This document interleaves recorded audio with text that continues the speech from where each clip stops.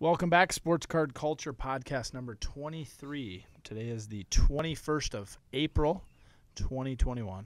I'm very excited. I actually have notes this week. I think I went 2 weeks without any notes, which were fun. I thought both last two podcasts were really good to listen to, but it's kind of fun to have like a subject to cover. To prompt. Like the Twins blowing another lead in the bottom of the 10th, up 2 runs, after Buxton hits another bomb.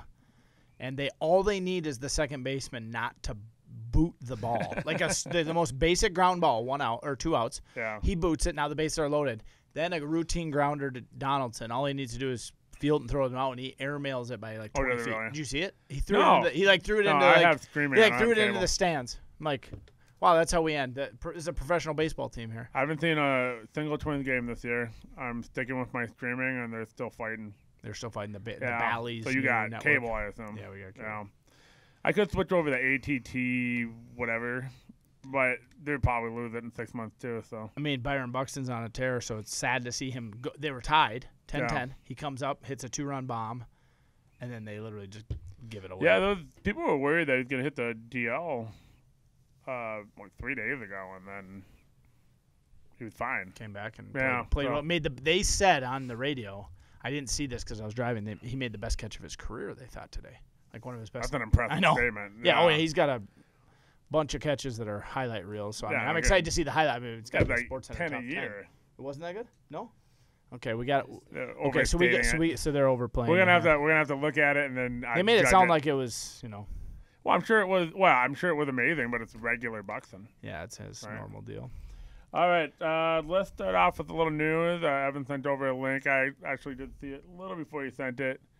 PSA has bought a company called... Did they buy the company or did they buy the licensing for the company? They bought the company. Well, they're not messing around.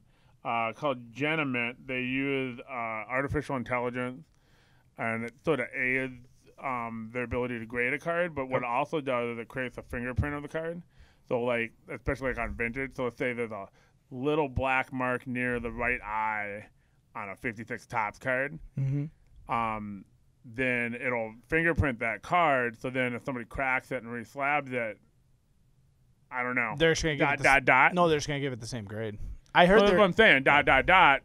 They're just going to be like, nah, we're going to keep it the same. I mean, do you think that's so? They already announced that they were implementing a system where anything that's serial numbered was going to go into a database, and they would not regrade it. Oh, really? I didn't hear about that. So, yep. So if you and here's the danger about that, you could buy a raw card that's serial numbered at a show. Oh yeah.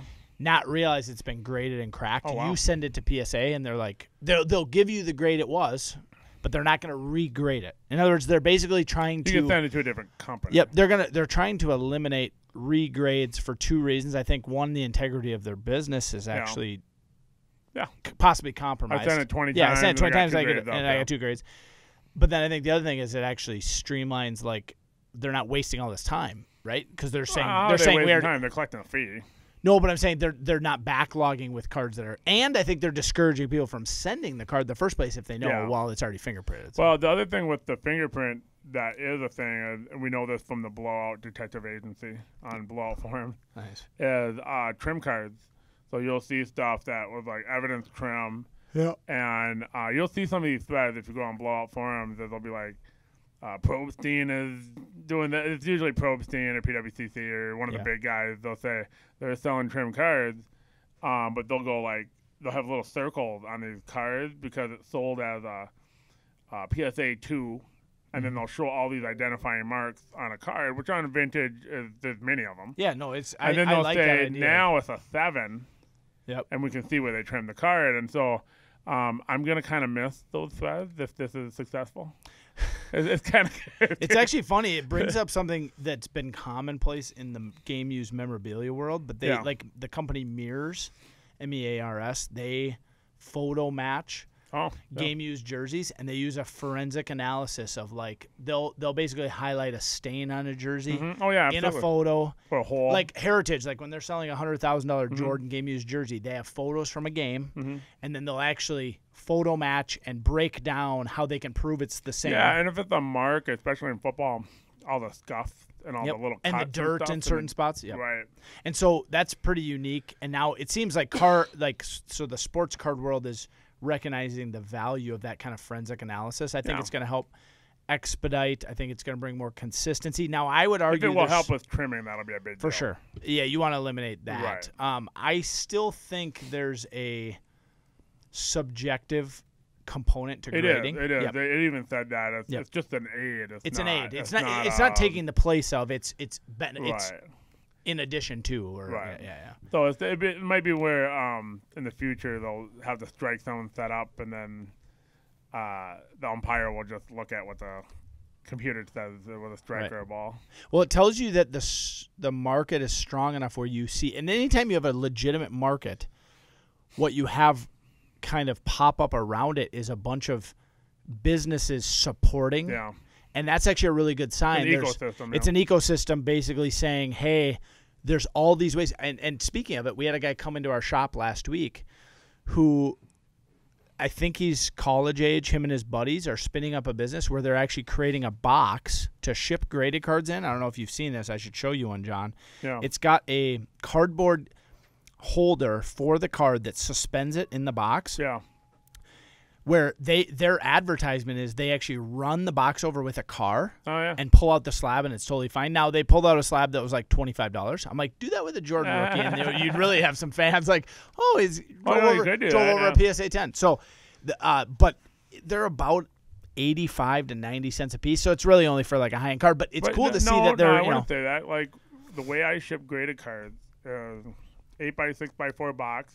Cardboard sandwich and 2 air bubbles. I do the same thing. It's suspended. You might be able to actually on a box like that, if it weighs 2 ounces less than what I do, it actually pays for half of the cost of the box in shipping. It's 2 ounces. Why? Because what is your box weigh for a graded card? 6 okay, ounces. yeah. So we're at 4. So if it goes to 4. Then that might be 45 cents, and then there you go. There's half the cost. Now it's a 50-cent box. And now I told him, I said, the really good part about it, so the box itself actually says something about graded cards on the bottom of it. I said you should take that off because, partly because if someone wanted to ship it in the box without, now I put it in a bag over the box. Does that make sense? So I don't just ship that, but you could actually, if it didn't say graded, which you wouldn't want customer. You don't want anything making it obvious. A technology company, like my first job out of college was a company called Win Communications, and they had sold BlackBerry software. They sold their unit as well, but it was for the deaf and hard of hearing market. So they had some texting where you could go from a TTY to the pager, and that was kind of cool. Nice. But like they learned real quickly, you don't advertise the expensive stuff on the outside of the box. People just steal it off your porch. You know what I mean? You make it a target. It's a hard no. So that would be my only advice to them on the. But it's cool to see that these guys are recognizing, hey, there's a need in the hobby. I had another guy come and try to sell me a box that's like it's like a plastic container for one slabbed card. Yeah.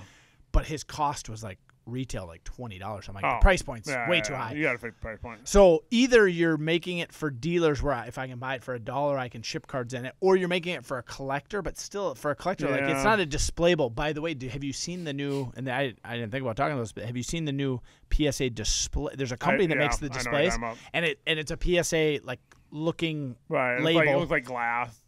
And then you can put 9 or 25 cards and they like push in. Yeah, they're really nice. Phenomenal idea. I actually looked at their website about us carrying them for customers. Now you make them custom, so you order it, put your name on it or whatever, your collection. Well, you could have a standard version that you sell. I'm like, the more people that are getting into graded cards, one of the cool parts about it is displaying them. Like I don't have mine displayed. Well, at it's my real plate, art, and then especially, do you know if they use like UV glass on it or UV plastic? I don't think there's anything over it actually. Yeah, so you can actually buy. I'm pretty sure you can buy a what do you call it? A film. Yep. That's UV film. Might make it not so clear, but $250,000 worth of cards on your wall. You might want to. Like I'm thinking about buying like a glass like curio type cabinet that locks to display cards. Yeah, and really what you do is the museum glass. I have a friend of mine who's a framer at Michael's. Her name's Laura. What's up, Laura? What's up, Laura? Laura doesn't listen. I can't imagine, but she made the sign for the store and she made the boxes for the hats. She's framed stuff for us. She might listen to our podcast. What up, Laura? How you doing? Thanks for listening. But she talks about the UV glass. That's the step up, and then there's museum glass. And it's like it has the same UV, but it looks like there's nothing there. Yeah. Like, and that's the way she phrased it. I can kind of see that there's a little bit of glass, but that's almost true. I know the Jordan signed jersey we have in the shop. We had her do the higher end glass. Partly because that was museum glass. I just don't want any sort of fading on the auto or Well, not only that, but it's super clear. Like all you see is the jersey. You can tell it's glass though. Like it's not like you. Like, where's the glass? It's just like, constantly hitting it with your finger. Another level of clarity. Which, by the way, if somebody is showing a Michael Jordan autograph jersey and it's not behind glass, don't touch it. And by the way, for those of you listening, continue to subscribe and share. But also, I'd love to hear comments about this topic. How do you guys display your cards? I would love to. Absolutely. I think this is a topic where, as from the collector side, not from the dealer side, like it's always something that you're kind of in this pursuit of, like, what's the next.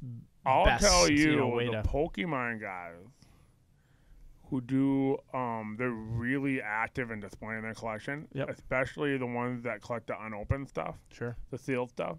And they have curio cabinets with, like, every different sealed product because the artwork's really nice. You know, like, especially with packs, even, like, the individual packs, the artwork's really nice. Right. And I've seen some amazing displays in cabinets of sealed product.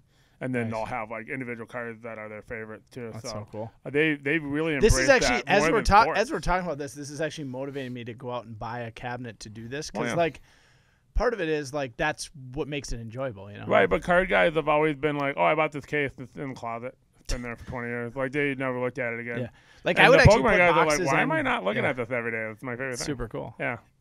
And so I think the sports guys might start doing that because if you look at, I mean, I'm looking at the shelves in the shop. The artwork's nice. There's players on them. Yep. There's design. They're made to sell to get you to sell.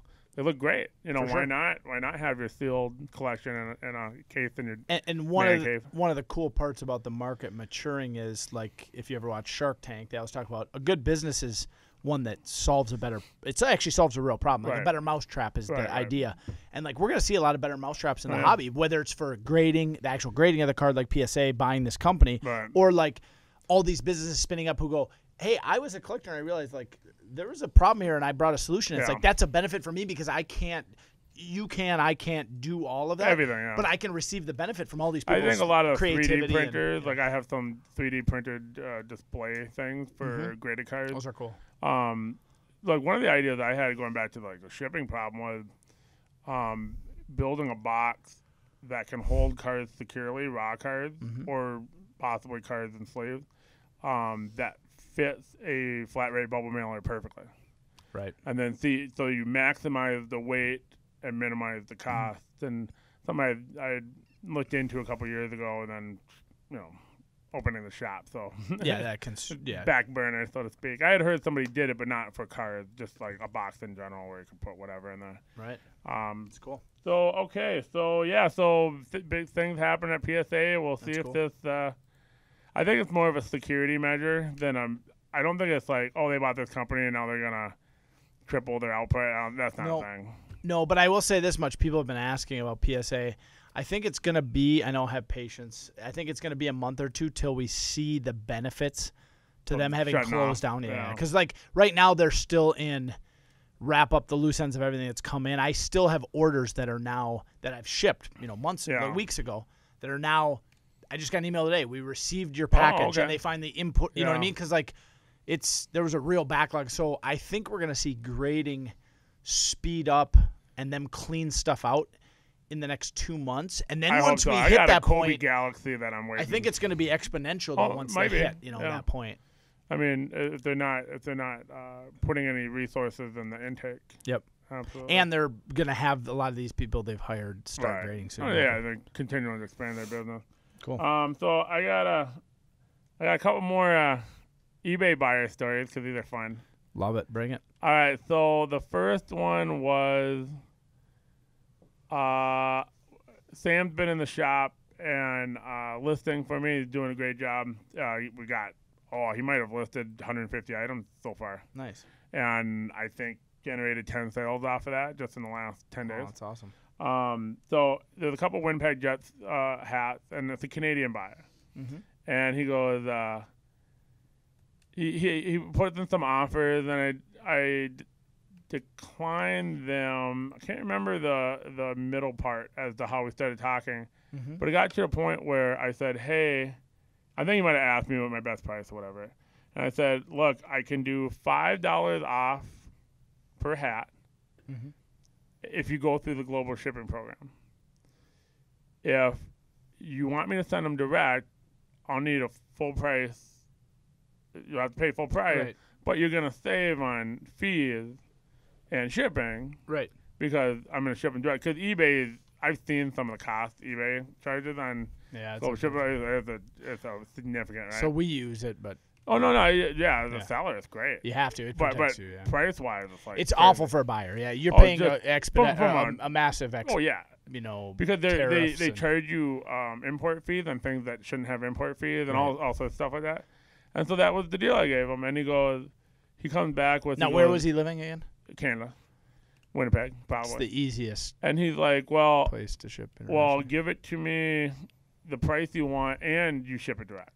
And I said, I'm going to pass on that because it takes. I have to take the hats, I have to weigh them, I have to get a shipping quote, send it to him. Then if he agrees to the shipping quote, then I got to pull the two listings off, make a new listing so I can set up the right shipping so I can ship it direct. And like 15 minutes, 20 minutes maybe, all in. I'll do it, but I just want you to pay what I want for it. Yeah. Or I'll knock off $5 and go through the global shipping program. Yeah. And he comes back with, like, I want them both. I said, I'll pass on that. And then I thought that'd be the end of it. And all of a sudden he starts to get really aggressive.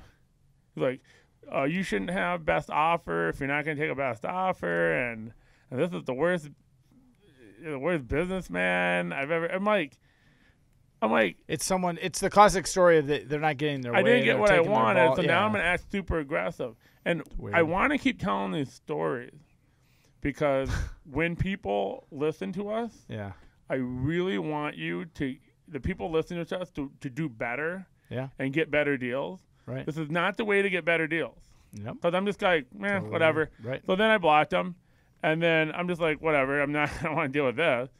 And he sends me a message all pissed off because I blocked him. No, he just, bear in mind, he just told me I'm the worst businessman he's ever come across, right? Right? Might be a little bit hyperbolic, right? But then he obviously tried to buy him at full price. Right. And couldn't because I blocked him. I'm like, how do you know that I blocked you? I didn't tell you that. He's like, I have some standards, man. So I'm just like, so there was that. So that was like, okay. Again, aggression. Aggression's outlandish. Aggression, exaggeration. It's not the way to hyperbolic thing. So then I had another one. Where we're trying to scare all of our listeners from ever becoming eBay. So I'm just kidding. But it's like I want people to do this the right way so that you can get what you want, or at least get what. Let's be honest, John. I think it's fair for either of us to say, as business owners, we're willing to do almost anything that's reasonable to make a sale to help our customers. Just give us reasonable, normal expectations. Here's one where it could have been my mistake, right? The guy sent me a message, said, "Hey, I overpaid for shipping, right? Yep. Could you send me a refund?" That's what he should have said. Right. Right? But of course he doesn't identify what transaction it was. So I I'm on my phone. I can't search it by his username until I get in the shop. Right. But he's like, I overpaid by $7.97. He was very specific about the amount, but it sounded, the way he phrased it was weird because I couldn't quite tell, because I just bought a bunch of stuff. Yeah. Bought a bunch of Sports Illustrated, and I couldn't quite tell if he was talking from the seller point of view or the buyer point of view. So I couldn't even tell if it was a seller saying, I read it as one of the sellers saying, I didn't charge you enough for shipping, I need more for shipping. But that wasn't going to happen, right? Right. And then I was like, I couldn't figure it out. But he goes, you will respond to me within 24 hours. Wow. Like that kind of stuff. And I respond with like, what are you talking about? Like, what transaction is this? And then that was last night. I went to bed. I get in the store and I got 2 or 3 email message from him, and he's like, "Don't ruin your business over this. Just give me a refund," and blah blah blah blah. Really? Wow. Just like being super aggressive and just kind of jerky about it. Yeah. So I go to look up his transaction. Yeah. It's fine. He paid $3.99 shipping.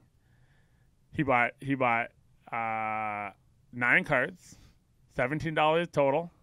He paid $3.99 shipping. Wow. And I clipped it and I sent it to him and I said, so I looked at your thing, I looked at your transaction, and here's a photo of it. You paid $3.99 shipping, and so again, I'm like, you know, I'm a glass tapper, and I go, so again, I asked, what are you talking about? And wow. Because one of the things was, he goes, you know what I'm talking about. I have no idea what you're talking about. I actually don't. So then I get a response from him again. You faked the snap. I mean, this is not verbatim. I'm trying to remember. But he was like accusing me of manipulating what I sent him. And I was dealing with customers and doing that. So it had been a few hours. And the last email was, oh, okay, we're all good. Everything's fine. Wow. And I'm like, I responded to him. I said, I know everything's fine. Please be a stranger. Like, so not only is he super rude, super aggressive, super everything, he somehow, I think what he did was, see, the tax was only $2.70, so I don't think the tax messed him up because he was very specific about the amount that I owed him. Right. But then it's like, oh, I it's my mistake, right? Yeah. But so the response was, oh, hey, it's my mistake. I'm really sorry for the way I behaved, and I shouldn't have done that. That's what he should have said. Mm-hmm. But instead, it's just like, we're fine, whatever. Like, really? Like, by the way, he bought 9 low dollar, low price cards from me, and now he can't buy cards from me anymore. I've lost money on that transaction by dealing with something that I still don't know what the problem was. Yeah, have you had any fun ones? I hope from I mean, I want to throw out a question to you. I had someone, I've only done one of these, and this could be a way to get your eBay account closed, which I always want to avoid. Okay. But I had someone send us a message. We had a higher end Brady X-Fractor a few months back, and a guy wanted to trade for it with some cash. And I said, yeah, and we did it. We actually did the deal. He called the shop. I talked to him on the phone. He actually shipped. He paid us like $2,000 PayPal, and then he shipped 2 cards, sent me tracking. I shipped him his card. His cards came. He got ours. He was super happy. He lived in Canada, actually, so it was international, which it took a little longer for his to get there. That was the first time we did a trade. I just had someone recently message me about a high-end curry we have for like $10,000. They're like, hey, I have $2,500 cash, and I have a bunch of other cards. Would you be willing to take some trade? I'm like, what are your thoughts on those dynamics? Doing trades, doing deals off. From a moral level, nothing. I mean. But as far as like. But here's the thing. eBay is going to attempt to do 2 things. One, when you cancel that card. Take it off. When you take it off, if they can link the email with you taking off, they're going to charge you a final value fee for it. Probably say I sold it. That got reported. No. I got reported like a year ago. That's part of the terms of service. If they feel that you took it off, sold it off eBay, they'll charge you a final value fee for it. Wow. I've never had it happen, but of course this doesn't really come up all the time. By the way, big news. So they might charge you based on your list price of the card. Yeah. So if you took $2,000 less or whatever, they're going to charge you a 13% on. Do you know the big news? As of April 1st, eBay took away their cap. So they used to have a cap at $2,500. Wow. So you paid 10% up to $2,500. Yeah. Now the cap is not. You don't pay 13% or 10%. 12% for 12 if it's if you're top rated or whatever. They don't take the full percentage over $2,500, but everything over 2,500 used to be free. Yeah. Now it's 3%. So on a $10,000 card, you pay the $250, and then you pay another what is that? So it's not 3% of $7. But they're getting. So they're basic, but they're grubby little hands. They're getting their hands on. They're double dipping, which, to be honest, not double dipping, but they're modifying what they historically have done. Which, to be honest, I think will discourage high-end sales on eBay. I don't think so, because you're saying So I'll give you the example. 12.88, right? So let's say you're selling a $100,000 card. $100,000, you normally would pay flat $250. $250, right? So now you're paying $250, but then on $75,000, you're paying another 3%, which is $2,200 more dollars. It's a big amount, but so now you go from paying $250 to $2,500 10 times. Where else are you gonna sell it? If you're in Wyoming, at a show, if you're in Wyoming, Golden, we don't all. Well, doesn't Golden? Did they have a cap? Does PWCC have a cap? PWCC has anything over $5,000, you pay 5% for the entire fee, which I think is still cheaper. Deal. Not quite. Let me see. It depends on the amount. So but because they're at 3%, and because PWCC is at 5%, there's a break-even point at a certain amount. Yeah, I'll tell you right now. So on a $100,000 card, I'm paying $2,500 on eBay. No. What's the new one? What's the 3%? That's what I'm saying. Yeah, I'm paying $2,500. Oh, okay. And with PSA or with PWCC, I'm paying $5,000, but they're also selling it. Yeah. They're also shipping it insured. They're also, so there's. There does come an amount though where eBay is a better deal than PWCC because it's 3 instead of 5. I just don't know. I'd have to work out an equation to figure that amount out. Simple math to figure out, but yeah. All you have to do is But so my point being, I think more people are going to want. Part of it is, I don't think people are even going to notice. There's a lot of people who, believe it or not, no. Here's the beneficiary of it. My opinion, all the social media outlets for selling cards with no fees. Well, how about this? Card shops. Card shops. Yeah. I think I know a guy who has one of those. You got one. I know a couple. So card shops. Then there's also, but here's the other thing: is eBay doesn't realize this. By them grabbing for that little extra, I think what they're going to lose in business is going to be more than what they gain on those. Well, how about that? Sales. I mean, you talked about this before about being the auction house that sold the big card. Yeah. Well, they can't market that. Hey, we sold the Mickey Mantle rookie PSA 9 for whatever. They can't use that for marketing if it goes over to a different auction house just because of that 30%. And let's be honest, I think one of the big opportunities here, if I was going to spin up another business, which I'm not necessarily looking to do, I got a lot going on, but I think we're trying to improve ours. But I think an additional auction house, there's a lot. Obviously, we're doing KBID, which you're running KBID as an affiliate, which is similar. But I actually think, especially in the higher end market, like there's a lot of money to be made because you can operate on a smaller margin than eBay is and make a killing. Still, you know what I mean? No, I agree with that. But yeah, so somehow junky eBay buyers turned into eBay 3%. I don't know how we did that. But this is a very normal conversation for us. All of a sudden we're talking about something completely unrelated. So I had a customer tell me I didn't know the cap went away. I was like, what? And I went and looked. I was like, oh they didn't make that very well. But there's a lot of people that don't even know they're the cap. That's what I'm saying. I don't know if it'll be that big of a deal. Well, and I'll say this is where it actually matters. Let's say I'm selling a $10,000 card at a show and someone goes, hey, will you give me the eBay discount? Yeah, well, $250. It's $250. It's not $1,000. Well, now it's more than $250, but you know what I'm saying? Yeah. So a lot of people, I think, took advantage of that. Of like, hey, it's going to cost you 13% to sell this $10,000 card. No, it's not going to cost you 2.5%. Right. And if you didn't know, that was a inside baseball. Yeah. So. Actually, I got a cool, well, maybe not a cool story, but so last podcast we talked about conflict, right? Yep. And we talked about, I said that I enjoy conflict, and then I kind of backtracked that a little bit, and I said I don't necessarily enjoy the conflict, but I enjoy dealing with the conflict so that I don't have more conflict later. Yeah. And what was funny was like a couple days later, and I talked to him about this. I said, "Can I talk about this on podcast?" He's like, "Yeah, that's fine." I'm in the shop. Yep. And a customer is buying some Bowman basketball. Mm-hmm. and Sam was listing on eBay, and he's opening stuff, and then while he was doing that, Sam ends up making a deal with a customer to buy a couple cards that he got from the blaster box, right? For the shop or for himself? No, for himself, right? Oh boy! And so, so what happened was, so he's doing that. Because I'm not saying anything, and actually, I kind of facilitated the deal a little bit, right? Because we're not having a conflict in front of a customer, right? So all went down. Customer left, and I just turned to Sam and I said, "You can't do that."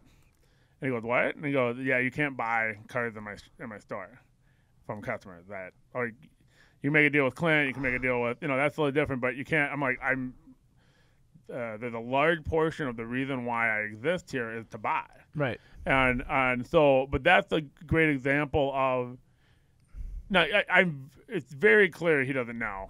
He didn't know that he did anything wrong. It was not malicious. It was ignorant. Not at all. Not at all. Yeah. And then he was like, "Oh, yeah, sure, right." That makes sense. That makes sense. But that's a great example of dealing with that conflict right away because let's say I was one of those guys who I avoided conflict, right? And now I'm irritated that it was. I mean, it really was like a $10 deal. The deal itself is irrelevant. But if I go, "Oh man, he should know better," right? Right. There's a bunch of nonsense that managers. I mean, I'll get that later. So I could have been like, "Oh man, he should know better," right? Yep. And then not say anything because I don't like conflict. Right. And then he's sitting here completely unaware, continuing to be ignorant of it, and not only ignorant but thinking it's okay. Right. Because I didn't say anything. And then he buys some more. He buys some more. And then 3 years later, we have this big blow up about maybe something unrelated. And then I'm like, and you keep buying cards, and how do you not know that that's wrong? I've been doing it for 3 years. That's my fault. For not making that. For not addressing it. That's not his fault. Yeah, right. It's no different than a parent with a child. Like not addressing the behavior when it's in its infancy is the key. Yeah, right? that would be like a baby, like a toddler swearing. If you don't correct it right away, it's like, oh, haha. Not only that, not only not correcting, but laughing at it. Then all of a sudden you're like, oh, why does my 11-year-old swear at me all the time? And it then becomes habit, and once it becomes habit, it's harder to break. I think that was a great example. It was kind of weird that it happened almost immediately after the podcast, but it's like, I had to do that with a client of mine who's kind of a natural seller, and I had a customer, and we just went through the contract, and he's like, "Oh, here's my business card, and if you ever want to sell a card, if you ever want to buy cards for me, blah blah." Like, same thing. I didn't say anything. Customer left. Like, yeah, you can't do that. Yeah, you can't. It's like here's the thing. I had done that before. Yeah. I was at Papa Hawk's in Golden Valley. Great shop. Lots of really cool memorabilia. And he'd been a client. You introduced me to him, and I'd already been doing business with him for 3 years. And I'm in his lobby, and there's a customer of his was just sitting there and chatting about whatever, sports and whatever. And what happened was I go, blah, blah, and I go, oh, yeah, if you ever have any hats, vintage hats or pennants or whatever, and I give him my card, and I immediately went, crap. What did I just do?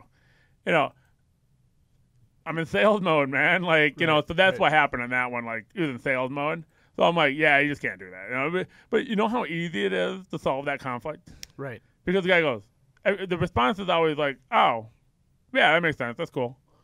Yeah, because they're not in the shoes of a business owner realizing, wait, all the work you do to pay this overhead is in large part for the opportunity to buy that's being undermined if But the central point being by dealing with the conflict, you're not going to have future conflict. Correct.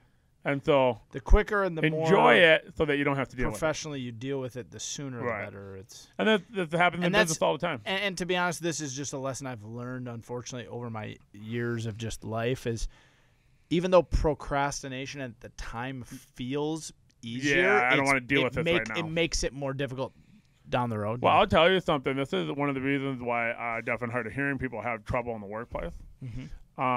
So take a situation where you're a new hire, and you're in a group of like 3-4 people, and they're all talking, and you're catching half the conversation. You're doing the best you can, and the manager keeps talking about, or a coworker, whatever, doesn't matter who it is, they keep talking about how much they hate Coke, and Coca-Cola is just the worst tasting soda in the world, and and blah blah. And you're trying to keep up, and then at the end of it, they say, "Hey John, can you go get me something?" Like obviously it's a drink, right? I figured out that it was a soda. They want a can. I probably heard can, and I was like, okay, they want soda, but I didn't hear what kind, right?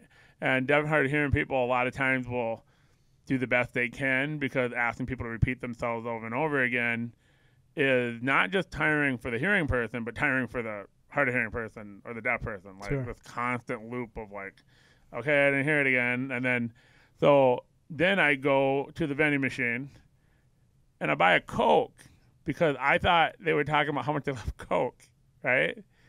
And so I give them this Coke, and the person goes, "What kind of a jackalope is this guy?" Right. I just spent 10 minutes talking about how I hate Coke, and I'll drink any soda that's not Coke, and he brings me a Coke.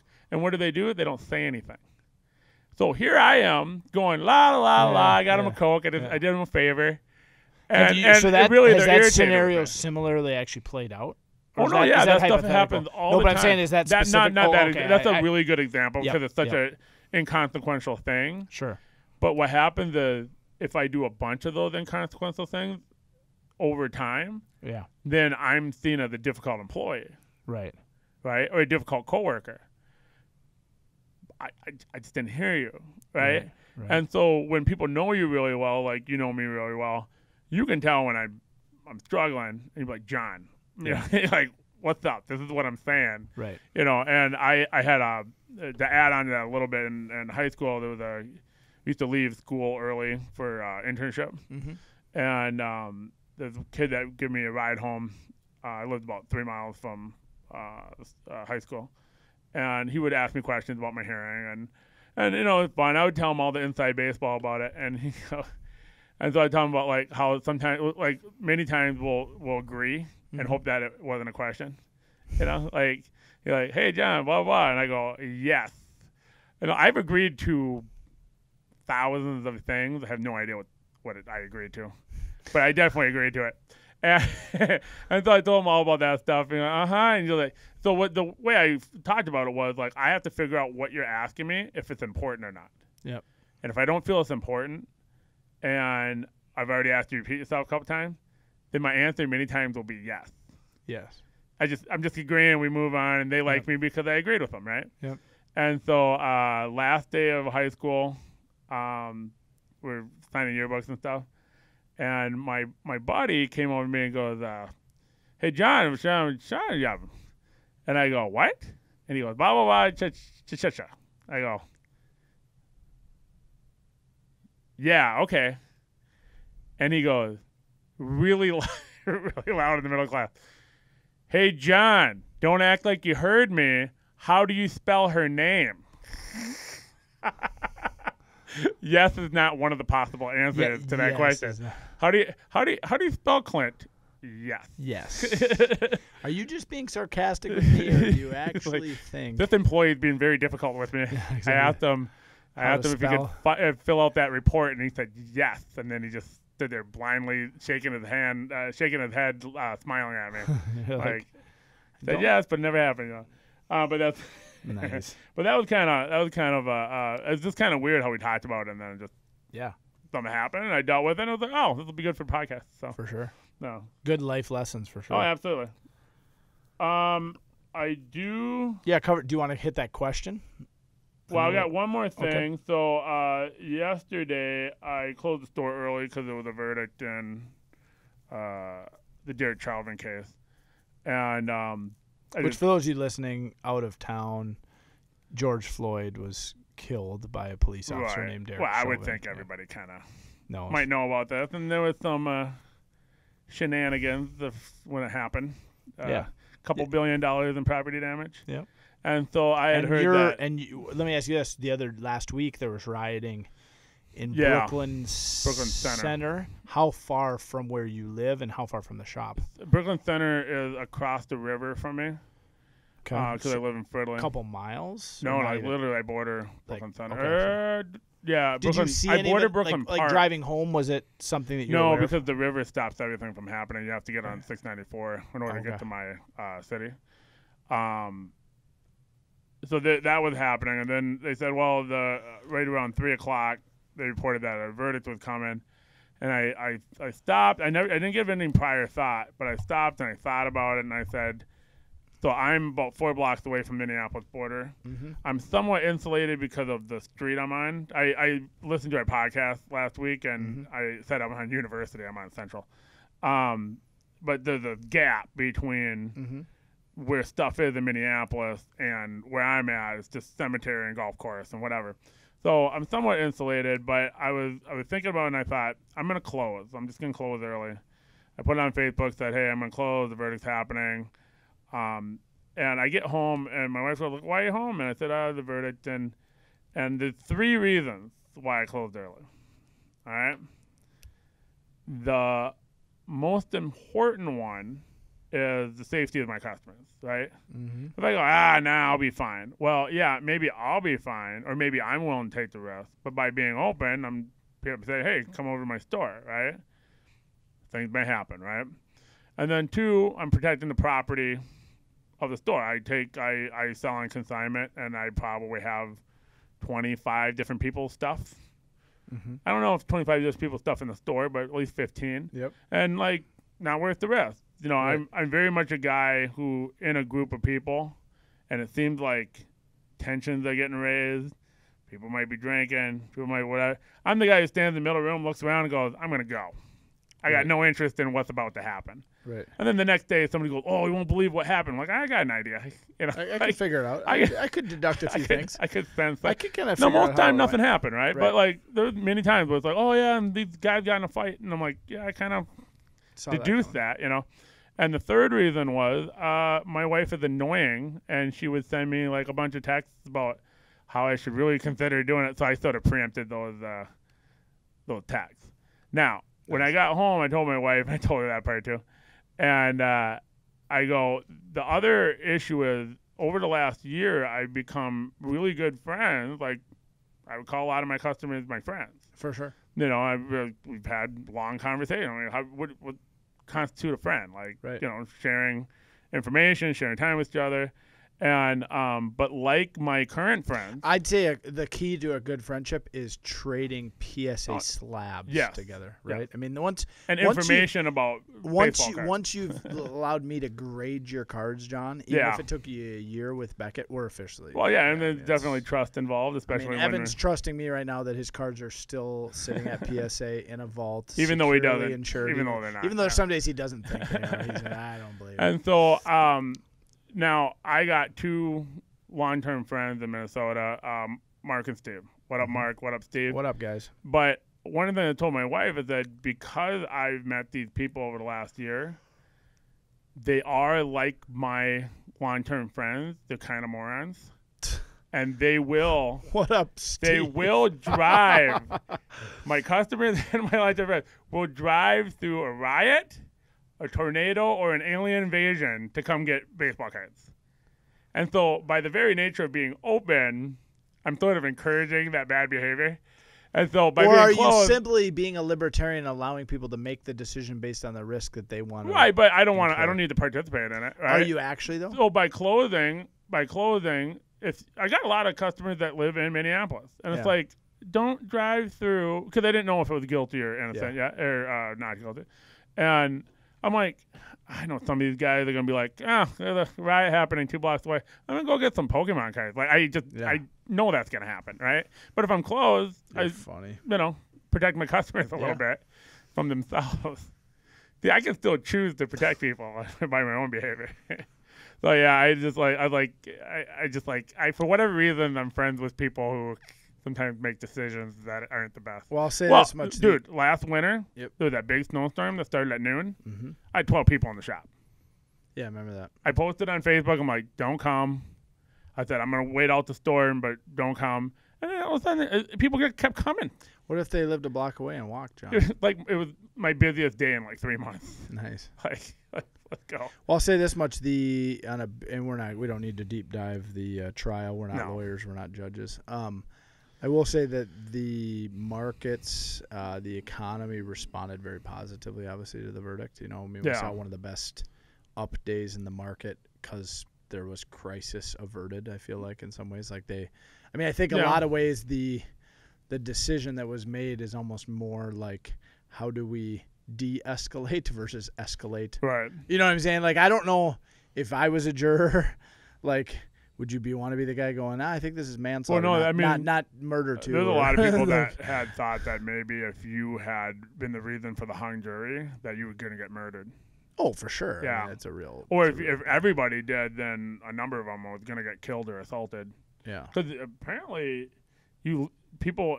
I don't know. Is your information secret? It's good. No, it's going to be publicly made known here in the next couple of weeks. The judge decided to withhold it. But here's the thing: even if let's say it was supposed to be secret, all it takes is for another jury goes, "Oh yeah, Bob was the one that swung me." Yeah. I mean, you can't keep that secret. Right. So, yeah. I'll say this much. I'm glad I wasn't on the jury, but I'm glad we have juries, and I'm glad jurors are selected in a way that they try to weed out preconceived bias. And it's a really difficult thing to bring 12 people into a group that as much as at stake nationally, globally. I mean, it's all around just an awful situation. Oh, absolutely. What happened? I hope there's healing. I hope there's reconciliation. I hope this, whether people agree with the verdict or not, I hope this could be the catalyst to some long-lasting change, some dialogue, some maybe. Whether I'm trying to do my best in all of this to ask as many questions from people that grew up in different scenarios than I did, and not assume that because this was my reality, therefore I know what they're going. You know what I mean? I'm trying to be empathetic. I'm trying to listen. I'm trying to I think that's a good, rather than have all the answers, rather than be the guy who's, when I was growing up, I thought there were poor people and rich people. Right. I thought that was it. Either you were rich or you were poor, right? And then I went to college and I met a bunch of kids who came from upper middle class families. Yeah. And I was like, holy crap, you guys got a lot of money. To me, it was like, wow. But they weren't, it wasn't brand new cars and all that kind of stuff. But it was just like, man, they weren't the Rockefellers and the Rothschilds, but they were. School paid for, credit cards paid for. Yeah. But they had to stay within a budget, but the budget was pretty healthy. And I'm just like, my mom sent me $20 a week. Wow. I was ridiculously thankful for it. And I sold a bunch of cars on eBay. It's just been a grind. Every once in a while, my mom was like, well, do you need money? And I go, oh, I sold some cars. I'm okay for a while. Nice. like, all right, fair enough. So what else you got for us? So you want to do Atomic Zombie Android. What up? Here's the quote. Here's the question. I grew up and think. By the way, if you have a question you want us to talk about, literally all you got to do is ask it in the comment section, and I'm going to copy and paste it, and we're going to talk about it. I grew up in St. Cloud, and the biggest sports car shop in the area was basically in the basement of a strip mall. Sounds similar to John's shop, Miley's face. Now, kind of, I'm not in the basement, but I'm in this weird hallway thing. It's very strange. It's a very strange location. Mm-hmm. Fingers crossed this year will be my first year going to the National. Whoop, whoop.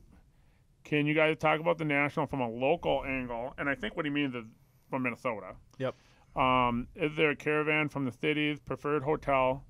Do most local shops have a table? Is there a local Discord, etc.? So what are your thoughts? From a Minnesota angle. Yeah, so in my experience, I think I looked at the map of dealers. Do you know everybody who has shops that are at the National? Not 3 stars is? Yeah, but here's the part that's kind of I don't know if I want to use the word deceiving. It's complicated. It's usually there's one guy from Minnesota or one or two who buy 8 booths. Okay. And then they sublease them to all these other guys. Sure. So if you look at the map, unless you recognize and know who these guys are, right, you don't see 3-star sports cards on a booth anywhere. But you don't? No, but they have one. I feel like they're missing out on some marketing by not.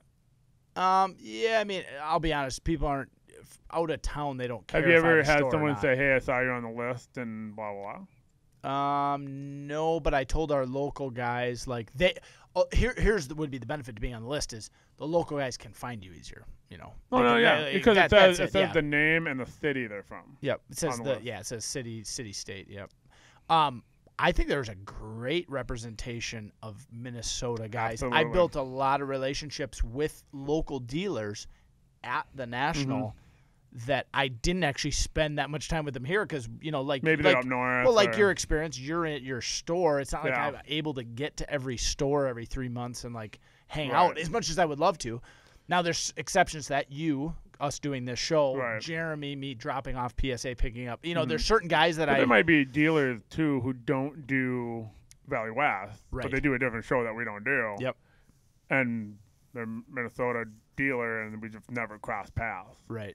I mean, that's very true. And this year, in the last couple of years, the amount of people in cards has exploded. Where there's probably a lot of guys doing cards in the Twin Cities that I still haven't met because they've come in the last year that you haven't been able to get a new table at Bloomington. You know what I mean?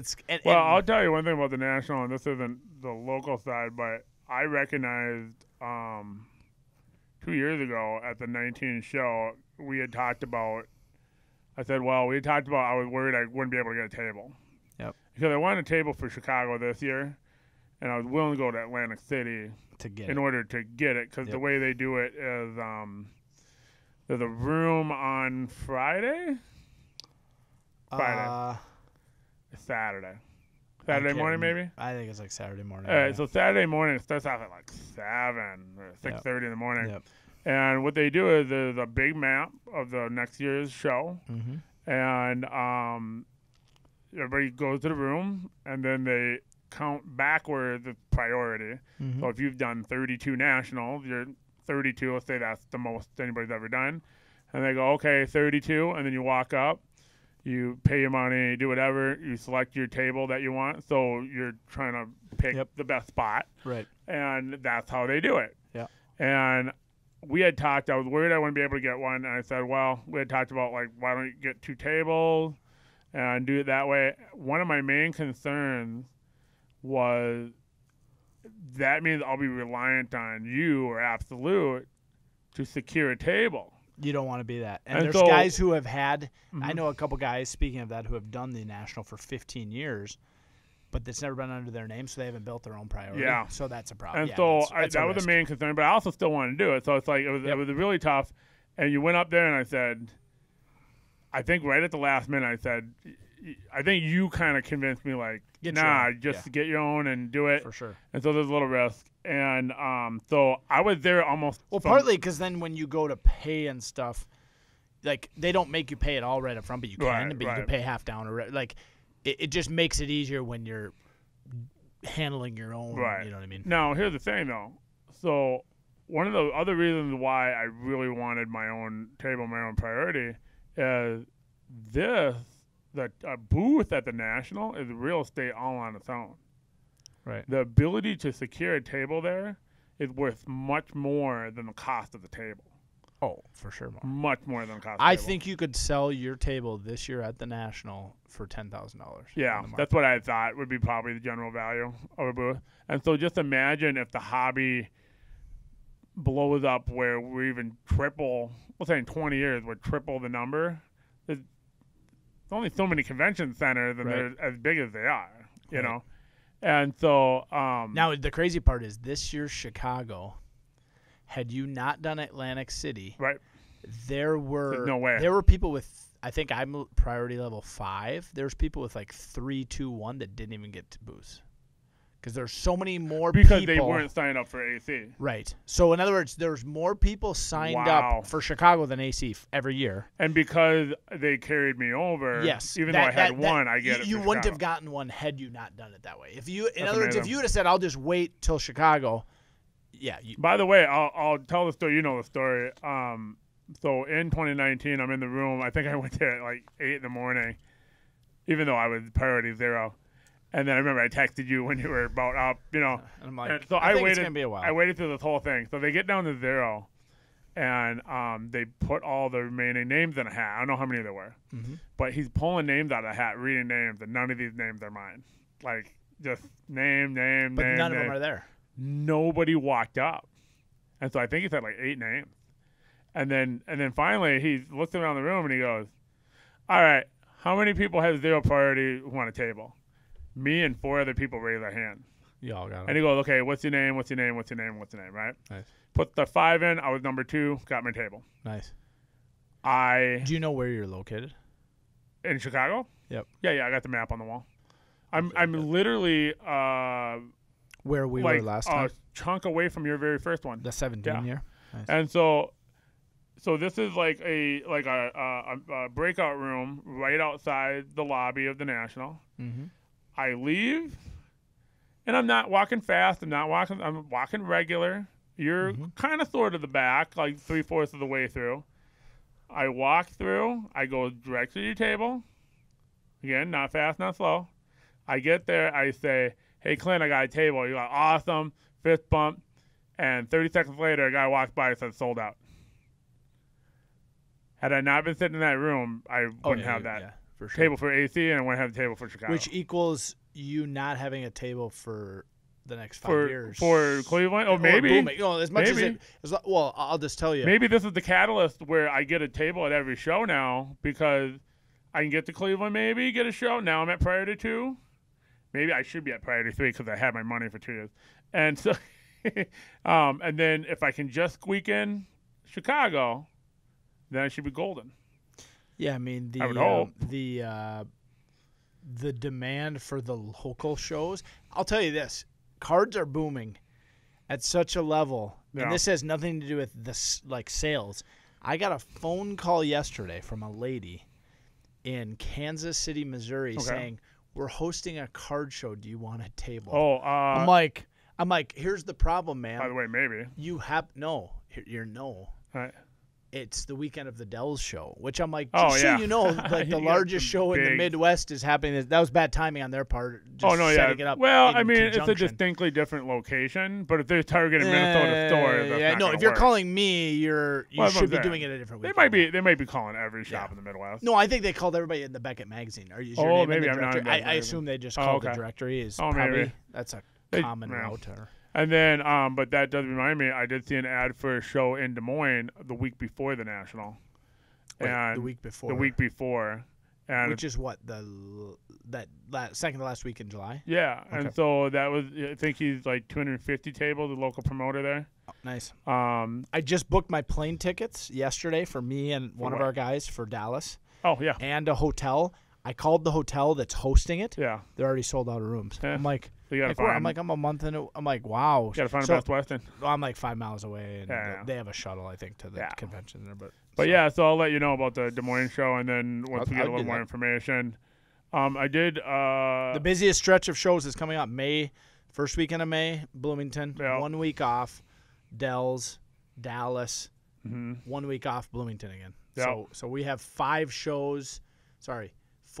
shows in 6 weeks. And by the way, with the Dells show, PWCC, they just announced that they'll be at the Dells show too. Oh, nice. So one of the things about the Dells show is it really does make sense for them to really target, hopefully get tops there. Maybe not for this one, but for the next one. Yep. But if they can swing that, that really makes it a legitimate show. I asked Southern if they were going to be there. He said that a bunch of guys were going, but they weren't sure if Southern would have a presence there. Not that they really have a presence at the National. No. Southern has, GTS more so, but Southern, they have like that room they pay for us. Right. But that's, but it's not like they have a presence for the avid person because they don't sell to the avid collector. They sell to shops. Breakers. But I was just kind of curious if it was on their radar, which it was. Hey, I'm excited because I've been picking up a lot of inventory. We just got a couple grade orders back, and we hit some big grades. Did I tell you about this? No, it's been since last week. So I sent in 3 Topps Chrome Ichiro rookies. Oh, nice. I saw the raw ones. I hit a 10. Ooh, how much? I hit a 10 and 2 9s. 10s are 4 to 5K, 4,500. And the 9s are 1,000. Wow, even the 9s are nice. 9s are nice. And then I sent in from one collection, which was the collection that I found the chick on Bumble, whose parents sold me the cards through the dating app. In that collection, there was 12 sealed sets of 1989 Score football. Oh, yeah. I graded all but 2 Barry Sanders. Okay. I got 2 10s. Wow. 5 9s and a 6. So, wow. I missed one. So I did pretty good. Like, that's almost 100%. Because a 9 Barry Sanders rookie is like 250. Good, yeah, like, I'm grading it all day. Oh, you're happy at 9. And to 10 of them now, the crazy part, when I sent those, 10s were almost 4,000. Yeah. They're down to like 1,600. But still, like, So that was pretty good. We haven't hit a lot of those 10s over the years. It's like the Upper Deck 89 Griffey. I grade a lot of them, but I just never hit after I heard about the story about the dating app, I had some divorce papers drawn up. I haven't served them yet, so now after you telling me that, I'm like, all right, Annie. You're like, okay, so PSA 10 Barry Sanders, all right. I'm like, look, Annie, it's 2 Barry Sanders PSA 10. You don't understand. It's not one. Like, well, and then the other card we hit, which was a fun one, I actually sent in a limited Anthony Davis rookie auto. That's numbered to like 99. It's a thick card, and we hit a 10 on it. So we got a phone call in store here. Live on air. Live on air. Nice. Yeah, so it's fun to actually like get some slabs back that we'll be able to sell. Wow, he's actually taking the call too. We're taping right now. This guy's doing everything right here. I'll tell him to grab it. So the yeah, it's always nice to. Now these were all sent on expedited service, John. Uh-huh. Like the Pujols and the Ichiro lot, we paid. Oh, what'd you get on Pujols? We paid. Min size, altered stock. They said. So altered. So I'm sending it to BGS. Yeah, I think they're saying. Well, altered or min size? No, it's 2 different things. It's altered, which I can't tell why. I don't know what's altered on it. Like it's not too small. There's no coloring or but if trimming. It's min size, then it's too small. I know. I don't know. Or is it too big? Can it be min size if it's too big? No. Too big, they will grade it. Too small. Because think about it, if you can't add to a card to increase the condition as much as taking away. Right. You know what I'm saying? Now, I've been seeing certain cards, and I wasn't prepared for this, but where it's either diamond cut or it's cut in a way where it doesn't fit in the holder, and people have been getting those back. Yeah, that makes sense. I don't know what set this is from. Yeah. Another big thing is the last high-end cards we sent, they came back in PSA Perfect Fits. So the cases were already protected, which is the first time they've ever done that, which is a huge savings for them. They spend 3 cents and 10 seconds to save you getting a scratch case to have to return it. And I mean, like, I see that. They should have been doing that. By the way, I see that as a direct action of the new ownership. Yeah, like, I'm almost 100% sure. I think you're right. I think it's because I would like, hey, this is a bunch of crap that we're sending these without protecting them. And we're sending a card we just charged. They just charged me $300. Well, no, even if they charge you $20, even if you charge me $20, at the bulk they can buy those bags. They're not even a penny. No, and they're like, really? Now the labor to bag them. But the labor to bag them is easier than you receiving a return and re-slabbing. And so and the negative. And let's be honest, any collector like you and I, anybody who's ever received a shipment from PSA, if I was to ever have a Q&A given to me, like, hey, what, or so, give us some feedback. That would have been the number one feedback. Is like the cases need to be protected because otherwise, So that's exciting. I mean, that's good fruit per se of the new leadership. Now I will add to the question, right? So he talked about a caravan. Yes, I'm actually I've talked to you about this. With the pandemic, I'm not going full bore on it, but I did price out charter bus last spring for Chicago, right? Nice. And so at first it was like, hey, why don't we just all travel down there on a charter bus? And then the issue became like storage, like bring in your inventory. So that didn't really work out. And so I was like, okay. So I thought about it for 2 days, and I was like, oh, I thought of a great idea. I said, why don't I charter a bus and sell tickets to the bus for all the local collectors going down to Chicago, right? Yep. And I said this is one of the situations where the trip, now it's not, but it's almost as fun as the destination. Right. Because now you're hanging on the bus for 6 hours or whatever. Yep. And a 6-hour bus ride doesn't sound fun. Right. But what if the guy next to you's got a bunch of cars to look at? Yeah. Well, and what if you can trade on the bus and trade on the bus and have fun, it's a mobile And I was telling customers this idea I had, right? And then one guy goes, "You could do box brakes on the front of the box." I'm like, "We could do box brakes on the front of the box." So that's something really I'm going to look into for Cleveland. We'll have to see how the different dynamic for you and I versus the regular person is like we're leaving Monday and we're going all the way through Sunday, whereas if you're just a collector, the earliest you'd probably go is Thursday morning. And then what you could do is you could to Chicago, you could stop in like Madison. Yeah. And then pick up another. I cannot even tell you how excited I am for the buzz that's going to happen. It reminds me of someone told me this story the other day. They said when they walked into the Rio for the World Series of Poker. Yeah. And they heard like thousands of people shuffling their chips at the same time. It's like funny. That therapeutic, like all the card collectors are like, you know what I mean? The buzz around like there the is really something. It's really the sight to behold when you walk into a convention. Now, because we were always there right away, we don't really see it, but we see it when we go out for lunch and we come back in, and it's just deals being made. Just deals being made. And the amount of money. So today I had a customer come into the shop who's a younger kid in college. And him and his buddies are doing like repacks. They're creating repacks. Yeah. So he came in and bought a bunch of lower end autos and jerseys and stuff. And it's like it's those kind of guys that like they're really fueling all the new interest. The people that I want to buy something. Let me ask you a question. How many people at this national do you think it'll be their first ever? Half? Oh, I bet half. So are you arguing half or double?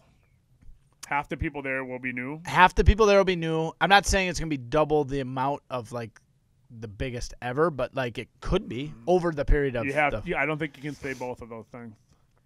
Okay. I think if you say half of the people will be new, it has to be a buster in attendance. Oh, it's going to be a buster in attendance, but I'm saying there's going to be people who go all the time who don't go too. Maybe people who have gone in the past haven't gone for a few years. Okay, you know what I'm saying? Like, I like how I fixated on how the math didn't. Yeah, the math. You're like, no, I actually think it could work out. I'm a nerd. Like, you're like, I collect baseball cards. I had to explore that before I was.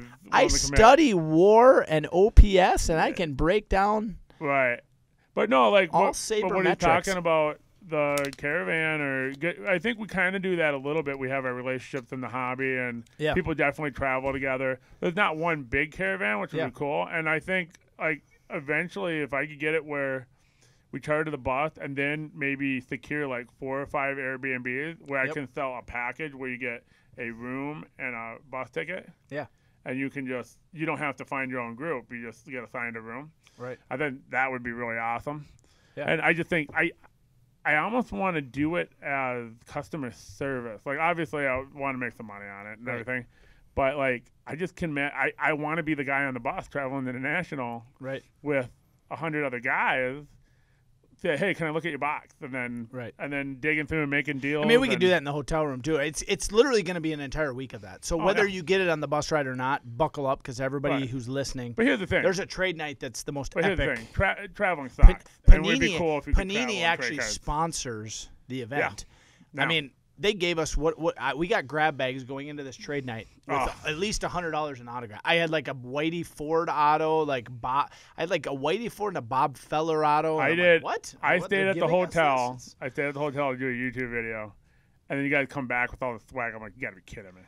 Like, John, like free stuff. I did everywhere. not. Not only that, I mean, some of the stuff. No, that trade night was something that a bunch of guys just did. And then they got behind it. And then over the year, they kept growing, and then finally the manufacturers in 19 were like, we'll support this. So switching topics real quick because we probably got to land the plane here in a couple of minutes. Do you want to hit any current wait. Let's finish this question. Okay. So caravan from the city, hotel. So what are some thoughts on hotel? I'll give you one. If you want to do it at the National. What's the question, though, specifically? Like preferred hotel. Oh, preferred? Okay. So the first time we went, I went to Best Western. I'm a big Best Western fan. They're not on the blocks of hotels that National advertises. Wait. The first time you and I went, we didn't stay at Best Western. Yeah, we did. No, we did. Yeah, we did. We 1,000% did. I booked that, not you. Why would you? I know. Would I book the Best Western? I told you Best Western. Okay. I'll fight you on this one. No, I'm just kidding. I'm gonna win. All I remember was Chili's next door. So anyway. No, that's Western. What's that? Okay. And then so. But we were like a 5-minute drive, which.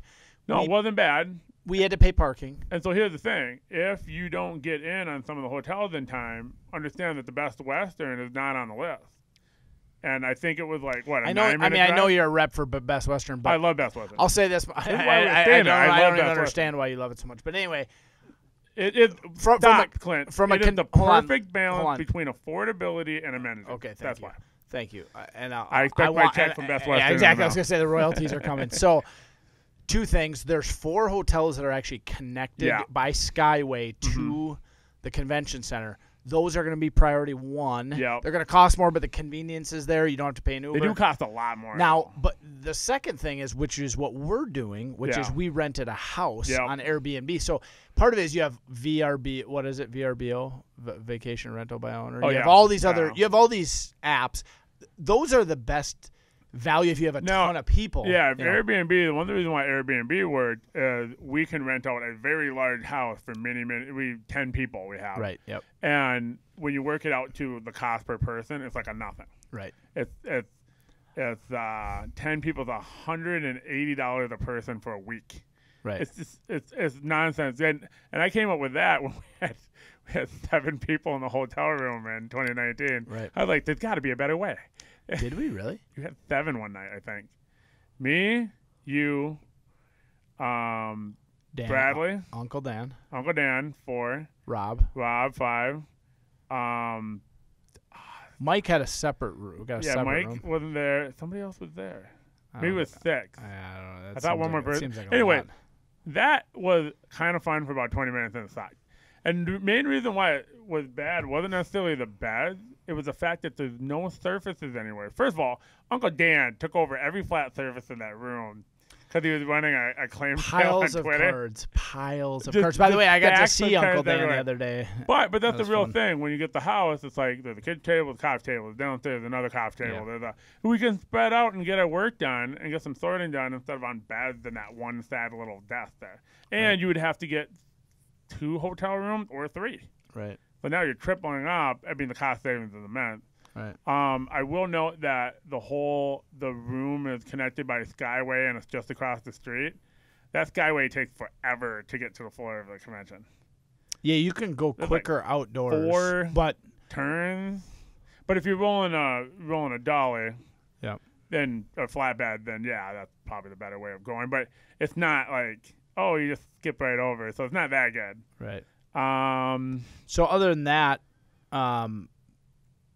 there's actually a lot on the Nationals website. There's a list of all the places to stay. I mean, if you can get a hotel room with 2 or 3 other people connected, I think Absolutely. I mean it's worth it. If it would just been you and me and one other person, I think what do we pay $200 a night? Right, so you're splitting it 3 ways. You're like $60 a piece. And then so the casino is right down the street. Yeah, we've never actually been there.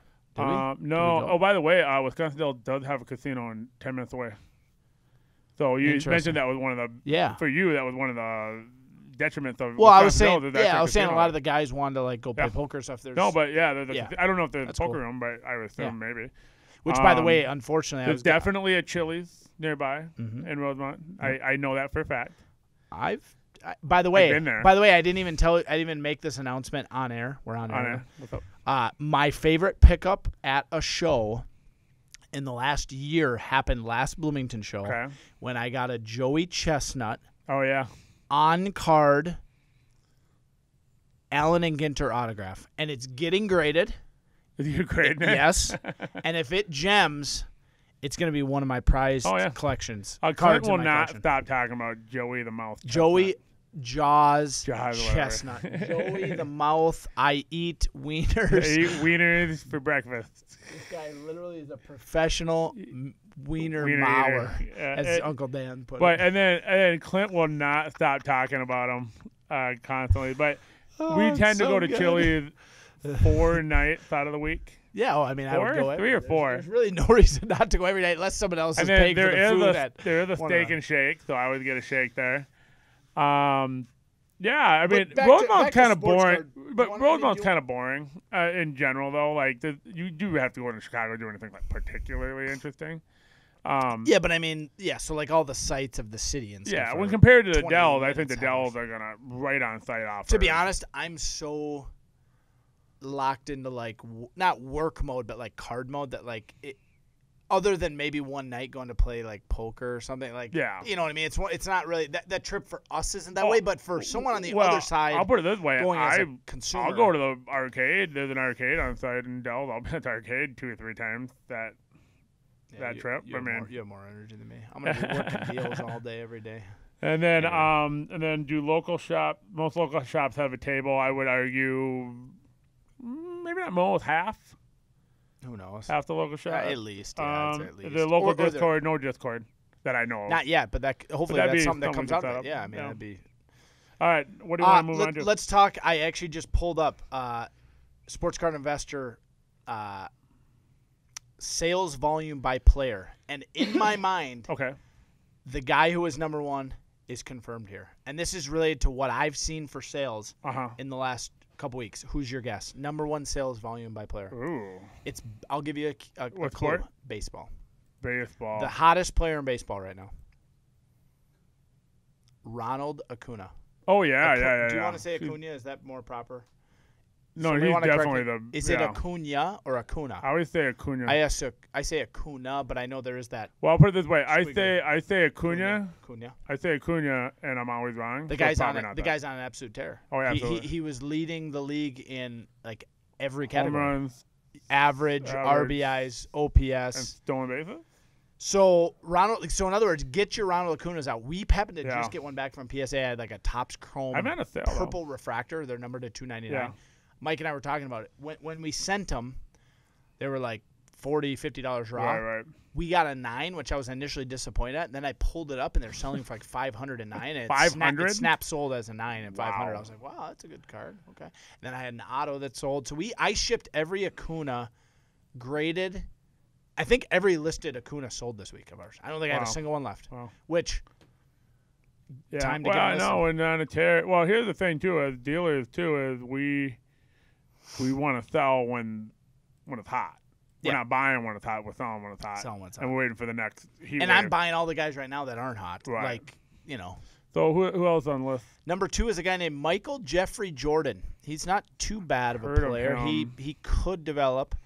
Number 3 is actually Zion Williamson, which is not a surprise either. No, he's been Zion's crushing. Yep.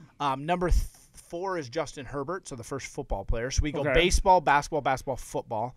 Then By the way, I just sold basically every Herbert I have to a customer in store. So literally on a micro and a macro level, you're experiencing this to be true. Herbert's selling. Yeah. And I actually think Herbert, right now, I'm not selling him. You're not? But I would be buying him. Why not? I just don't like off-season football prices.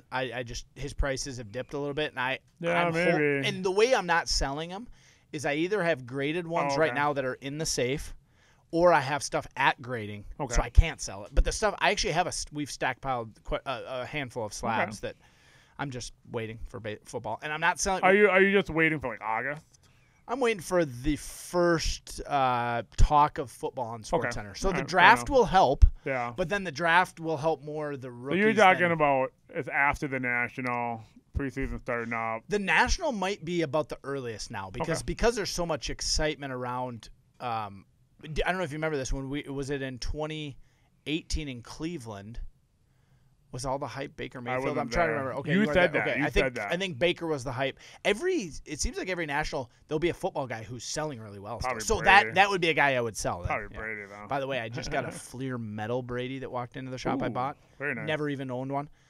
It had one little corner. I'm like, it's not going to PSA 10, but I actually expedited it to BGS because I had some customers who wanted to send some cards. So I sent a BGS order. I mean, it was $150 a card. I don't know how long it'll take to see them, but I'm hoping to get that card back by the national. Right. That's my earliest. That'd be a goal. Yeah. Yeah, I would say that there is something about that buzz about certain players at the national. That's really sell kind the of cool. buzz. Sell the buzz. Yeah, sell absolutely. And then other thing too is in baseball, guys get called up during the national, so they're making their debut. I remember 19 was Bo Bichette got called up. Yes. Bo Bichette. 17. No, the Red Sox. No, 17. It was Rafael Devers. Devers got called up. Yeah, while we were there, remember he like came up and had his first at bats in 17.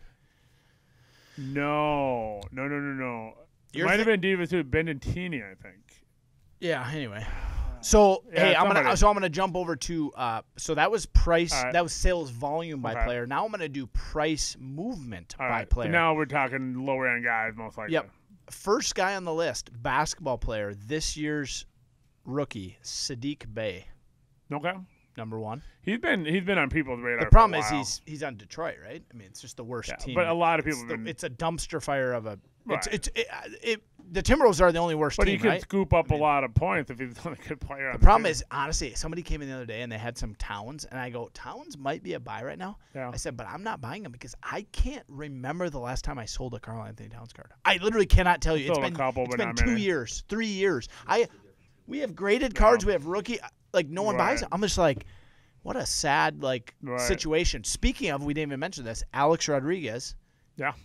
Is a part of the group purchasing the Minnesota Timberwolves. Right. And he's going to be a face of the franchise if they end up owning it. Yep. Right? Because of the weird 2-year out clause that can happen where maybe not the owner in 2 years. So we'll see how that goes.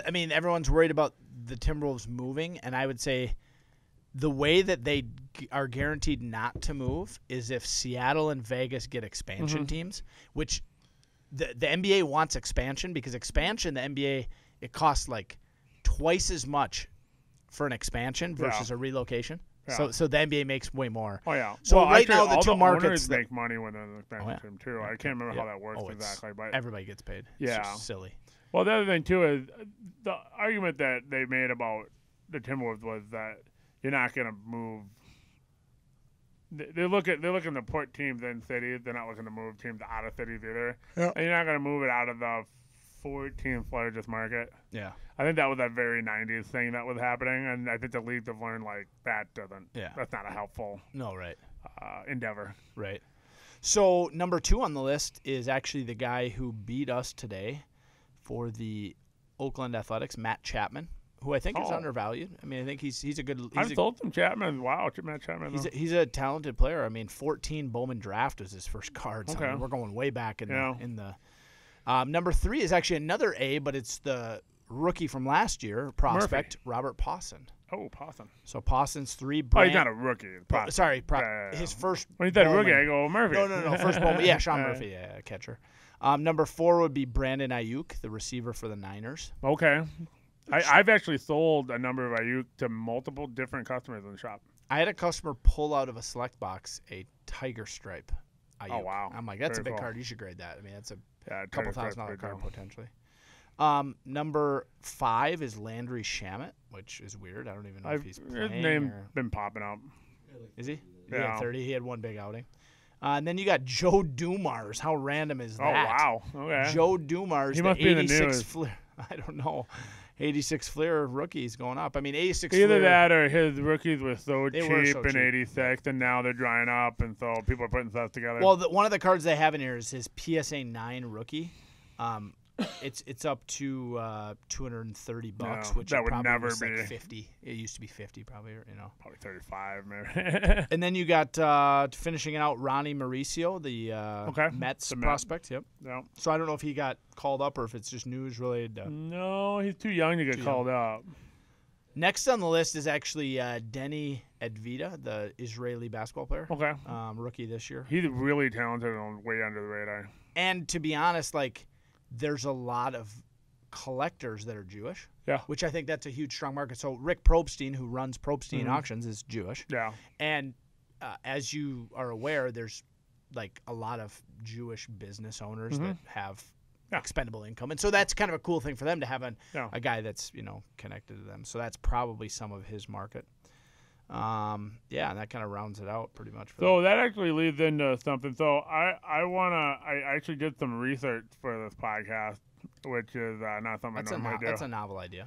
Usually I just think of something and write it down on the page and then I'm done. And then we just kind of talk about it in the moment. But I don't know what I was doing. I was looking up something, and then I was like, let me see where we're at, because it's something I did when I was a kid, collecting cards, and something I did in college. I wanted to look at who are the guys who are primed in baseball? This is going to be a baseball conversation.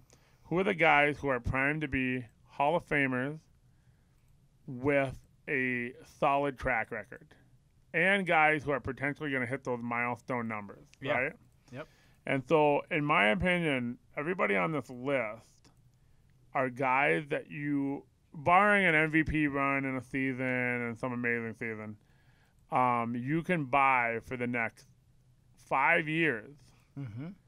They're not going to be cheap, but they're not going to be expensive. They're not going to be the hype because we're way post hype on these guys, right? Mm-hmm.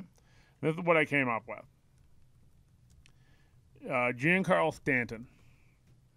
330 formerly known as Mike Stanton on his rookies. What a Mike. Which is really funny. It's like, oh, wait, is this the same guy? Yes. So 331 home runs. He's 31. Yes. Now, one of the things I want to do as I was going through this list is compare him with another guy. Mm-hmm. Goldschmidt. Who do you think is further along in their career, Stanton or Goldschmidt? Goldschmidt. No. I mean, he's had a better career. Is that what you're asking, or length of actual? We haven't. Oh. 251 home runs, and he's 2 years older. Goldschmidt has a higher WAR than anyone in the last. No, 4 I'm years. not. Card collectors don't look at WAR. Okay. We're talking about milestone numbers, that kind of thing. We're not talking about real baseball stats. We're talking about the fan stats. Right. We're talking about cards. Yeah. This is a card podcast. But hold on. You realize what drives Mike Trout's sales is his WAR? It's his WAR. He has the best. His WAR is based on his fielding in the outfield. Yeah, and it's spectacular. Yeah, He's fair won enough. Lots of Gold Gloves. But listen to what I'm saying. Okay, listen to what I'm saying. 331. Mike Stanton has 80 more home runs than he's 2 years younger. So who's got a potential to break 500? Stanton, who everybody kind of forgot about, which, by the way, he's a Yankee. That doesn't hurt. Mm-hmm. Or Goldschmidt, 2 years older and 80 home runs away. So we talked before about Goldschmidt being a potential buy. I'm looking at this going, I'd rather buy Stanton. Now, Stanton also has an MVP under his belt, right? Right. So now this list isn't, hey, these are all guaranteed Hall of Famers. Injury away, Stanton gets hurt all the time, blah, blah. Mm-hmm. But I'm saying these are the guys who are primed to potentially do it, and the list isn't very big. Right. So if I was going to create a mutual fund for baseball, I would create it with these guys. Yeah. Next one's Freddie Freeman, who also had the MVP last year. Mm-hmm. 245 home runs, and he's 31 as well. Right. All right. Again, he's 6 home runs from Goldschmidt and 2 years younger. Now, do we want to factor in? Think about that for a minute. Do you think Freddie Freeman would have he won the MVP last more year. home runs based on age because he's only 5 behind but 2 years younger? Yeah, but he's Paul Goldschmidt. Like you wouldn't have thought that. Right. You're one. Yeah. Now I'll say this much because we're talking about cards. If, let's say, Goldschmidt and Stanton were dead even, I think you still lean Stanton because of the market, too. He's in New York versus St. Louis. Right. I mean, it's pretty But even if they were the same ages as there, 31 and 33? Yeah. No, I'd go Stanton, no problem. You got 2 extra years. No, that's what I'm saying. But let's say they were the same age, though. Oh, okay. And then I would lean towards the market. The market, he's in New York. Yeah. He's, But then I might be because that makes up for a lot, actually. Like the amount of collectors. Fair enough.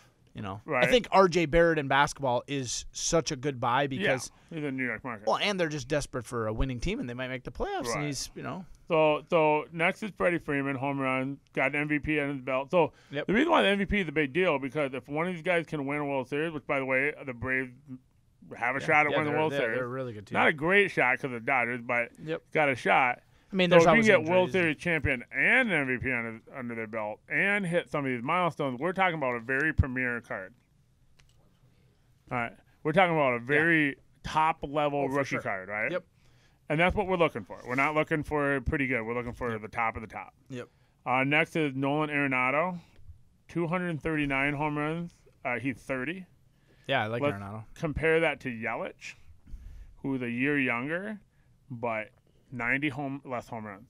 Yeah. So when we're doing some of these comparisons, they're like, oh, Arenado and Yelich are about the same. But Yelich has an MVP. Arenado doesn't. He does not. That is true. So there's no MVP on Arenado. Yep. Now, here's one. Bryce Harper. Yep. MVP. 235 home runs. MVP. And this is what blew me away. He's 28. Same thing with Mike Trout. You look at his numbers. They're so you go, young. oh, okay. And then he's like 12 years old. Yeah. Like, so same as Mike Trout. Yep. Bryce Harper, who's way post hype. Yeah. Like when the last time people, I want to pick up Bryce Harper. Like I don't hear anything about Bryce Harper. Right? He's 28 years old. He's a year past the 27 year. He's got an MVP. And he's halfway to 500. And he's got halfway. an MVP. I mean, the guy, I would say of anybody who's under 30, not named Mike Trout, he's one of the more sure Hall of Fame bets probably for a position player. And so obviously Acuna. Now, and, you ready? And Soto compare and that. Too. Compare Bryce Harper to Mookie Betts. Mookie Betts is a monster. Mookie Betts they're the same age. Yep. He had 80 less home runs than Bryce Harper. I know. Because he started out later. But he's also significantly higher average. Yeah. So Mookie Betts is a better player than Bryce Harper, even though he has less home runs. Right now, a lot better player. But in terms of going out through the whole career, in terms of what we're doing I'd still take Mookie Betts over Harper long term. Ooh. The home runs is not enough because Mookie Betts is a Gold Glover. Mookie Betts is a career 310 hitter. Isn't Bryce Harper a Gold Glove? No, he's average. No. I mean, he's not. Yeah, he's adequate. I'm not he's aware adequate, of that. Yeah. So next one. Mookie Betts is one of the best defensive outfielders. Next one on the list, Anthony Rizzo, 232 home runs, 31. We're getting worse as we go. Yeah, right? yeah. And not worse, but going down on the home run list. Machado, he's also 28. Yep. 226 home runs. These guys have hit some home runs. So right now, I'm looking at Machado, I'm looking at Harper, and probably Stanton, because Stanton has a chance of not only hitting 500, but really going past it. So let me ask you a question in the midst of this. I know we're talking about home runs. Yeah. Where does the guy like, and this is a question for the hobby, where does a guy like Tony Gwynn, Ichiro, Pete Rose fit I'm who getting don't have power? to the hits later. Okay, the hit. Because some of the same names are going to pop up, yeah. right? I got two more on home run side, or one more on home run side. This is a weird one, right? Salvador Perez. Yeah, he plays for Kansas City. 157 home runs. He's 31. I'm not looking at him as he's going to hit 500 home runs. No. I'm not looking at him. He's a 3,000 hit. But I am looking at him from a Yadier Molina standpoint. One team, Gold Glove. Yep. Already had the World Series under his belt. Yep. The face of that the captain of that. Since like city. Moustakas and Hosmer, all those guys left, Right. he's the only remaining like guy Absolutely. left. Right? And so Perez is a very interesting. As much as I'm anti-catcher, Perez would be the one guy, and his Bowman Chrome 2011 Bowman Chrome base cards are like $10. So they're not dirt cheap. I'm not arguing they're dirt cheap, but they're $10. Yeah. Right. Now we're going to hits. Jose Altuve. So now we got cheating scandal, and then maybe he can't hit if there's no garbage cans clanging. So I don't know the answer to that, but he's at 1,600 hits. He's 31. He's a hit machine in the past. He could break that 3,000 barrier. Yep. Freddie Freeman with the hits, 1,538. Again, 31. I think it'll be close, but he could get real close to 3,000 if not breaking it. Manny Machado, 1,286, and he's 28. Nolan Arenado, 1,224, he's 30. He's got the more outside chance. But the reason why I put down Arenado is if he hits 500 and he has 2,700 hits, that's a monster career. That is. Right? Yeah. The only guy not on the list is actually Eric Hosmer, who we just mentioned. 15-14, he's 31. Outside chance. Wow, Hosmer's only 31. Yeah, I feel like he's so old. Hosmer is actually a really interesting long-term pickup over time kind of guy. And so what do I got here? I got 1, 2, 3, 4, 5, 6, 7, 8, 9 players. 9 players who've got the shot at the Hall of Fame who are still active. I would expand that list, but. Well, no, it can go younger, but then their numbers are so low, an injury can take them out. Yeah. Right? No, an injury can take them out, but they're already so far along in their career. And let me say there's 2 pitchers. Yeah, I've been just doing hitting. I would say Verlander and actually, the real under-the-radar guy pitching, Hall of Fame-wise, is CC Sabathia. Yeah, but he's never been the best pitcher in baseball, so it makes it a little bit harder. He might be one of the last guys to get to 300 wins. Yeah, no, he's... Ever. And for the rest of baseball. Yeah. Might be the last one. Yeah. And with the Yankees. Longevity does do something. Yeah. But I got 9 guys, and I think I'm going to implement this list. I'm going to start picking up these 9 guys. Again, they're not cheap. But they're not expensive. Now, let me say this, and I'm not opposed to that. You go ahead and do that. Thank you personally, for your permission, Clint. yeah, you needed it. I know. my thoughts. I've been talking to a lot of guys about this. Because sports cards weigh so heavily in the favor of the biggest stars, I would actually try to boil that list down a little bit more. Mm-hmm. And I would try, like, for example, rather than buying 10 of those guys, I would maybe rather target one or two of them. Like, for me, it would probably be like Betts and Harper. And then I would really still go heavy on Trout. Like, well, the reason why Trout's not on here is he's just. Yeah, it's head and shoulders. Right. What we're trying to do is affordable. Yeah, but hold on. But I'm going to oppose the idea that there's not Mike Trouts that are affordable. There's a ton of ungraded Mike Trout second, third, fourth, fifth year parallels, numbered stuff. Oh, no, that's true. You know what I'm saying? But you can't argue that he's a budget type guy for what he is. No, but what I'm saying is you can, within any budget, you can buy Mike Trout. Right. Does that make sense? But that would be an easy guy. Like, you should buy Mike Trout. Fair enough. Okay. No, and I'm not sure, but I'm just throwing out a thought in cards in general. Sometimes over diversifying actually is less helpful for your portfolio. That's why I want to talk about those. Yeah, no, I agree. I like those guys a lot, actually. Chris Bryant was the other one. He's 29 with 147 home runs, where Rizzo's 31 with 232. Now, I think that's interesting. A year or two ago, I think if you would have bought Betts heavy right when you found he was going to the Dodgers, I think you would have crushed it because Betts was still like 10 times less valuable than Mike Trout, and he was the second best player in baseball. Probably he probably still is, unless you want to say Acuna or Soto's like. But again, they're not there. Yeah, they're not there yet. It's not which is why they're not on the list. It's too early. Yeah, it's too early. And so I'm looking at here, like if I was to grab some out of the list, I'd go Stanton. I like Stanton. Harper. Machado. Those would be my three, and then probably Perez just as a flyer for that. As an anti-catcher as I am, but like if Perez stays with the Royals, you couldn't pay me to buy a Salvador Perez card. I think it's again. Here's the problem, John. Keep this in mind, and this is for our listeners too. You're a sophisticated baseball mind. Oh yeah. Most of the guys who buy baseball literally are like, and this is just for me now flipping it to the dealer side. I don't think I've ever sold a Salvador Perez card. Oh, I don't know if I have either. So my question is, if you go buy him, can you ever sell them? Like, do you know what I mean? The difficulty of the sale. His Chrome Rookie's $10. I mean, I don't know how many the volume are selling, but I don't know. I'd have to look. That'd be an interesting. I think it'd be for the affordability if he ends up like a Yachty type, because Yachty wasn't selling either for the longest time. He's only really been selling for a couple of years. Right. And it's like, everybody just went, he's the face of the storied franchise. Right. And Yachty's numbers aren't gaudy. He's got a couple thousand hits. He's got 15 Gold Gloves, and he's captain. Yeah, you know, for sure. I think I think Perez is very interesting. He might end up with 300 home runs as a catcher. Yeah, no, I'll say this much: he is much better than people recognize. Nobody. Yeah, I didn't think he was even that good. But understand, so was Joe Mauer. We are aware of how good he was because he was here. Yeah. But like, Joe Mauer is I'll say this much: Salvador Perez is a poor man's Joe Mauer. No, he's not, because Joe Mauer is a bad hitting first baseman. But he's Perez catches. No, Joe Mauer's a catcher. Let's not. He's not a catcher. Ourselves. Well, half his career was at first base. What are you talking about? Not half.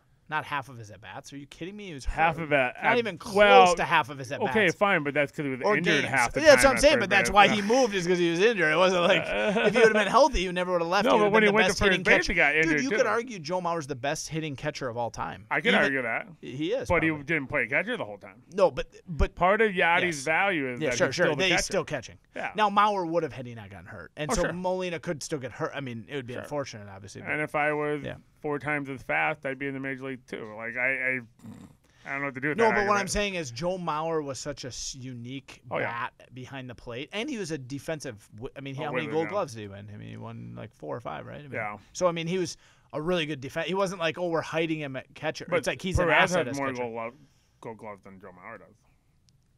Because Mauer's career was cut short at catcher. Right? I get it. But if he wouldn't have gotten hurt, Clint. Yeah, no, I agree. Like, okay. You're right. He was a bad hitting first baseman. And he was the best hitting catcher. How about this? If Ken Griffey Jr. had not gotten hurt, he'd have 900 home runs.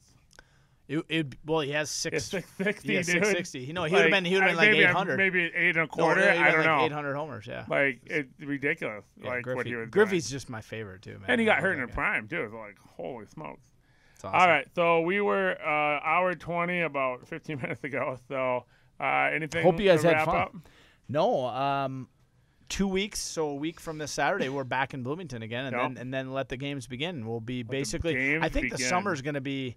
I mean, the fact that we got a call, you heard about Des Moines. I got a call from Kansas City. I think there's going to be a lot of fun. Well, I mean, yeah. So it's 320. It's less than a month to Dells, and then yeah. And then Dallas, and then run it back, and then the National will be here before we know it. Getting on a plane and going to Dallas. I do.